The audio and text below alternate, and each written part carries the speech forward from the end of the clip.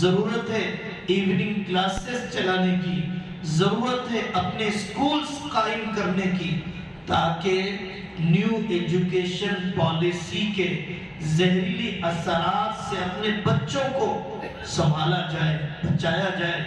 10 سال ایک لڑکی راکھی بن رہی ہے، 10 سال بتکما کھیل رہا ہے، 10 سال بچہ سوشل کے ایکسرسائز میں لکھ رہا ہے کہ میں نے درخت کی پوجا کی، بندر کی پوجا کو دیکھا، سورج کی پوجا کو دیکھا۔ 10 سال ایک لڑکی نے وہ ہندو تہوار، ہندو رسومات کو پڑھا۔ اتنا تو حدیث پڑھنا نصیب نہیں، اتنا تو سیرت سنانا نصیب نہیں۔ کیا کفر کے اثرات؟ نام کے مسلمان باقی رہیں گے، آدھار کارڈ میں مسلمان باقی رہیں گے، خاندانی مسلمان باقی رہیں گے، شعوری مسلمان نہیں، حقیقی مسلمان نہیں۔ اگر ہم نے یہ ادارے نہیں کھولے، میرے بزرگوں، ان مجلسوں کو رسمی مت سمجھیے، خانہ پوری کے لیے مت سمجھیے، وقت گزاری کے لیے مت سمجھیے۔ اپنے حصے کے چراغ جلائیے، اپنے حصے کے اس لگی ہوئی آگ میں ڈول ڈالیے۔ کچھ تو ارادہ کیجئے ایک مکتب کا بوجھ اٹھانے، کچھ تو حوصلہ کیجئے اپنی بیٹیوں کو بٹھا کر شرعی پردہ۔ کوئی ذمہ داری نہیں، کوئی ذمہ داری نہیں۔ 5th کے بعد میں 18 سال سے اسکولوں میں جاتا ہوں، یونیورسٹیوں میں جاتا ہوں، اسکولوں کا مشیر ہوں۔ میں آپ سے کہتا ہوں 5th کے بعد کوئی ایجوکیشن میں آپ اپنی بیٹی کو بٹھا رہے ہیں، کوئی حیا کی ذمہ داری نہیں، کوئی عفت کی ذمہ داری نہیں۔ بدکاری کا گٹر کھل کر رہے گا، عزتیں نیلام ہو کر رہیں گی۔ یہ کوئی ڈھکی چھپی بات نہیں، ہم کوئی جذباتی بات نہیں کر رہے ہیں، ہم آپ سے گراؤنڈ ریئلٹی بتا رہے ہیں۔ ہم نے جن مسائل کو ان اداروں میں جھیلا ہے، اوپن ایجوکیشن دیجئے، ٹاس سے پڑھائیے۔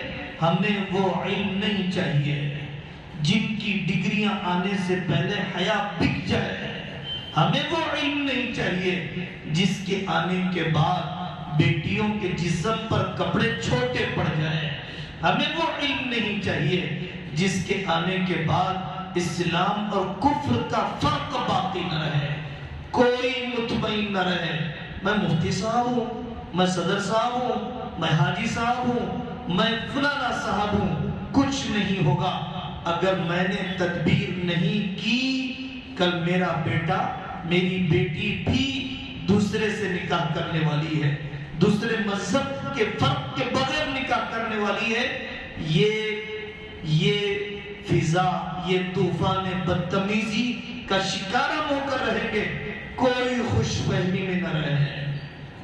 جو فتنوں کا سیلاب ہے، جو گمراہی امن کر آ رہی ہے، جو فون کے نیٹ کے ذریعے سے طبیعتیں متاثر ہو رہی ہے، اور تعلیمی نظام میں جو کچھ بھی جراثیم پھیلائے جا رہے ہیں، محنت کے بغیر کچھ نہیں ہوگا۔ خواہشات سے حالات نہیں بدلتے، تبصروں سے حالات نہیں بدلتے۔ مسجدوں میں، چبوتروں میں، ہوٹلوں میں بیٹھے ہوئے ایک کپ چائے پیتے ہوئے، چائے پر چائے پیتے ہوئے کئی حکومتیں بن گئی، کئی حکومتیں ٹوٹ گئی۔ اپنے آدھار کارڈ کا کریکشن نہیں کیا، اپنے مسجد کے ڈاکومنٹس نہیں بنائے، اپنی بیٹی کا کلمہ نہیں سنا، اپنی نواسی کی کالج کی زندگی سے واقف نہیں۔ یہ ارتداد کی لہر مجھے اور آپ کو ڈوبا کر رہے گی، ہم اس کی زد میں آ کر رہیں گے اگر ہم نے کوشش نہیں کی۔ ابابیل آئے تھے رسول اللہ صلی اللہ علیہ وسلم سے پہلے، ابابیل بدر میں نہیں آئے، ابابیل خندق میں نہیں آئے، وہاں پر صحابہ نے محنتیں کی ہے، منصوبے بنائے ہیں۔ آپ کیا رسول اللہ صلی اللہ علیہ وسلم سے بڑے توکل والے ہیں؟ مدینہ منورہ جاتے ہوئے منصوبہ بنایا کہ غار ثور میں قیام کرنا ہے، کھانا کون لائے گا، راستہ کون بتائے گا، کس وقت یہاں سے نکلنا ہے، بستر پر کس کو لٹانا ہے، پوری اسٹریٹجی، پوری سیاسی پالیسی، پوری گہری منصوبہ بندی حضرت رسول اللہ صلی اللہ علیہ وسلم نے کی ہے اپنے بچانے کے لیے۔ غم ہے حضرت ابراہیم کو، وَجُنُبْنِي وَبَنِيَّ أَن نَعْبُدَ الْأَصْنَامَ، اے اللہ میری اولاد کو مورتی پوجا سے بچا۔ حضرت ابراہیم کو غم، مجھے غم نہیں ہے۔ حضرت یعقوب کو غم، مَا تَعْبُدُونَ مِن بَعْدِي، میرے بعد کس کی عبادت کرو گے؟ بیٹا نبی، باپ نبی اور دادا نبی حضرت اسحاق، پردادا نبی حضرت ابراہیم، ان کو غم ہے مَا تَعْبُدُونَ مِن بَعْدِي۔ ہمیں روزی کا غم ہے، کھانے کا غم ہے، جائیداد کا غم ہے، ایمان کا غم نہیں ہے، ان کی حیا کا غم نہیں ہے۔ وہ تربیت دے کر بھی فکر مند ہے، یہاں تربیت نہ دے کر بھی بے فکر ہے۔ اس لیے میرے عزیزوں، اللہ تعالیٰ ہمیں عمل کرنے کی توفیق عطا فرمائے، ہماری صلاحیتوں کو قبول فرمائے، ہماری جان و مال کی صلاحیتوں کو قبول فرمائے۔ مال تو لگائیے نا۔ جامع قربی، ایک عورت، اس کو میراث میں پیسہ ملا، اس نے نیت کر لی مجھے ایک ادارہ بنانا ہے، ایک ادارہ، روزہ رکھتی رہی، صرف پیسہ نہیں، حسن نیت۔ انسانی تاریخ کی سب سے پہلی یونیورسٹی ایک عورت نے بنایا، جامع قربی۔ فنکشن ہالوں میں کتنا لگاؤ گے؟ مقدموں میں کتنا لگاؤ گے؟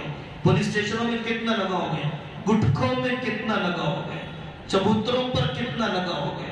خانہ جنگیوں پر کتنا لگاؤ گے؟ زیوروں پر کتنا لگاؤ گے؟ کچھ اللہ کے دین پر بھی تو لگاؤ۔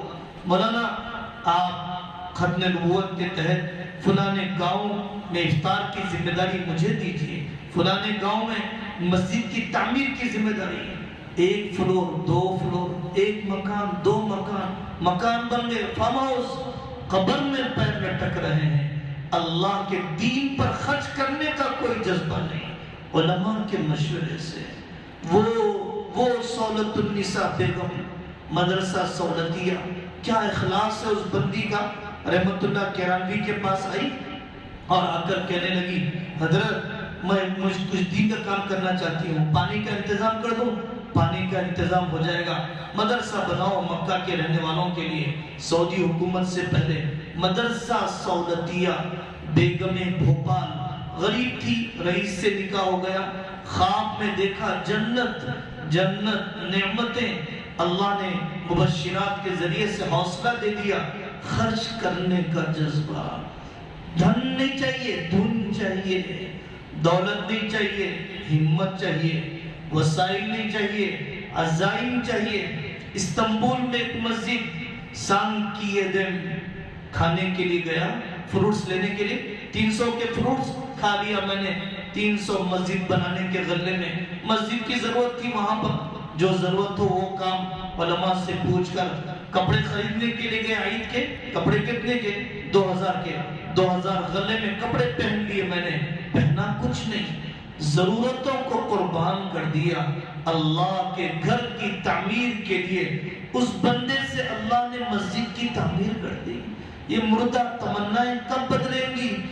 زندہ تمنائیں کب پیدا ہوں گی کہ اے اللہ میرے آنسو بہت نکل گئے شوگر کے غم میں، بہت نکل گئے بی پی کے غم میں، بہت پیسہ لگ گیا بار بار ٹیسٹ کروانے، کچھ غزہ کے مسلمانوں پر بھی لگ جائے، وہاں کی بڑھیا حفظ کر کے ایک مجلس میں قرآن سنا سکتی ہے، میری بڑھیا سورہ فاتحہ بھی نہیں سیکھ سکتی ہے۔ وہ قابل رحم نہیں ہے، وہ قابل رشک ہے، ہم قابل رحم ہیں۔ علماء کی محفل میں رہ کر جاہل مر گئے، مدرسوں کے درمیان رہ کر تجوید کے بغیر مر گئے، مفتیوں سے تعلق رکھ کر بھی مقدمات غیروں کی عدالتوں میں لے گئے۔ ہم قابل رحم ہیں، غزہ کے مسلمان قابل رحم نہیں، قابل رشک ہیں۔ اپولو کی موت اچھی موت نہیں ہے، آئی سی یو کی موت اچھی موت نہیں ہے، وینٹیلیٹر کی موت کمال نہیں ہے، اپولو کیئر کی موت کے لیے پیسے جمع کر رکھا کمال نہیں ہے، غزہ کی موت کمال ہے، مسجد اقصی کی حفاظت کی موت کمال ہے۔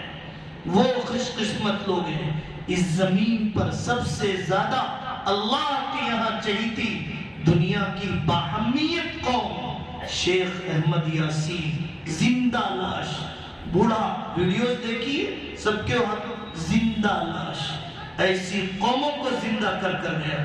بیماری میں اتنا بڑا کام نہ ہو، ہم صحت میں نہیں کر سکے، ایسے افراد، ایسے جیالے حکومت نے گھٹنے ٹیک دے۔ یہ لوگ ہیں حضرت عیسیٰ کا استقبال کرنے والے، خلیفہ مہدی کی جماعت کا حصہ بننے والے، دجال کے قاتلوں میں شریک ہونے والی یہ قوم حقیقت میں۔ اللہ تعالیٰ ہم سب کی صلاحیتوں کو قبول فرمائے، ہماری کوتاہیوں کو اللہ تعالیٰ معاف فرمائے۔ وآخر دعوانا ان الحمدللہ رب العالمین۔